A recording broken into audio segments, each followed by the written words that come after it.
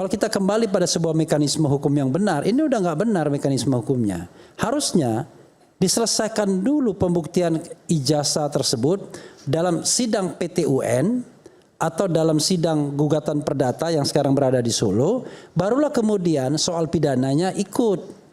Bahkan ya kalau misalnya Bang Egy tadi kita baca di Undang-Undang Perlindungan Saksi dan Korban itu, yang namanya saksi, korban, pelapor itu tidak boleh dituntut secara pidana dan perdata atas laporannya.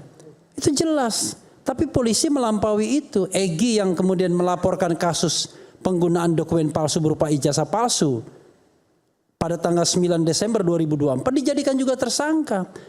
Dan tidak pernah diperiksa, bayangkan. Tidak pernah diperiksa sekalipun. Pasal 10 ya? Iya, pasal 10 saya udah, ya, pasal 10 Undang-Undang Perlindungan Saksi dan Korban. Tidak pernah diperiksa.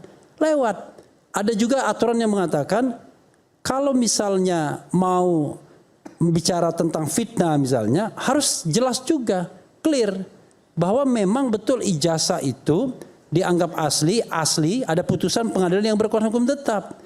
Makanya banyak tafsir yang mengatakan misalnya pasal 311 itu tidak bisa diterapkan kepada Roy Suryo CS karena belum pernah ada putusan pengadilan yang berkekuatan hukum tetap yang mengatakan ijazah itu asli. Bagaimana kemudian kita mengatakan beliau ini memfitnah sementara ijazahnya tidak pernah dibuktikan. 311 itu pasal fitnah. Ya, pasal fitnah. Pasal fitnah dari Undang-Undang KUHP yang lama. Ya. Nah sekarang ada forum-forum untuk membuktikan keaslian ijazah itu, tapi dihindari. Salah satunya CLS ini, Citizen Lawsuit. Sekarang pertanyaannya adalah, kalau pihak Jokowi tidak mau menunjukkan ijazah aslinya atau Polda atau polisi, kan polisi itu seluruh Indonesia. Kan polisi termasuk pihak yang tergugat. Nggak mau, kan berarti mereka tidak mau menyelesaikan persoalan ini.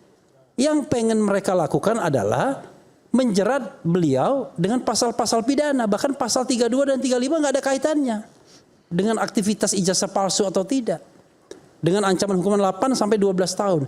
Lah kita misalnya ya, beliau ini kemudian dinyatakan bersalah. Katakanlah mengedit dokumen agar tampak itu adalah dokumen yang benar, asli misalnya. Kena 12 tahun. Selesai nggak masalah ijazah Pak Jokowi? Tidak selesai. Sekarang saya tantang misalnya seluruh kita semua, berani nggak kita menyelesaikan soal ijazah ini? Forumnya ada di CLS, Citizen Lawsuit itu. Yang di Solo itu? Iya, di Solo itu kan pembuktian ijazah, baik dari pihak penggugat maupun tergugat. Tetapi itu sengaja dihindari. Semua forum itu dihindari. Yang ada adalah forum yang membuktikan ijazah itu dihindari.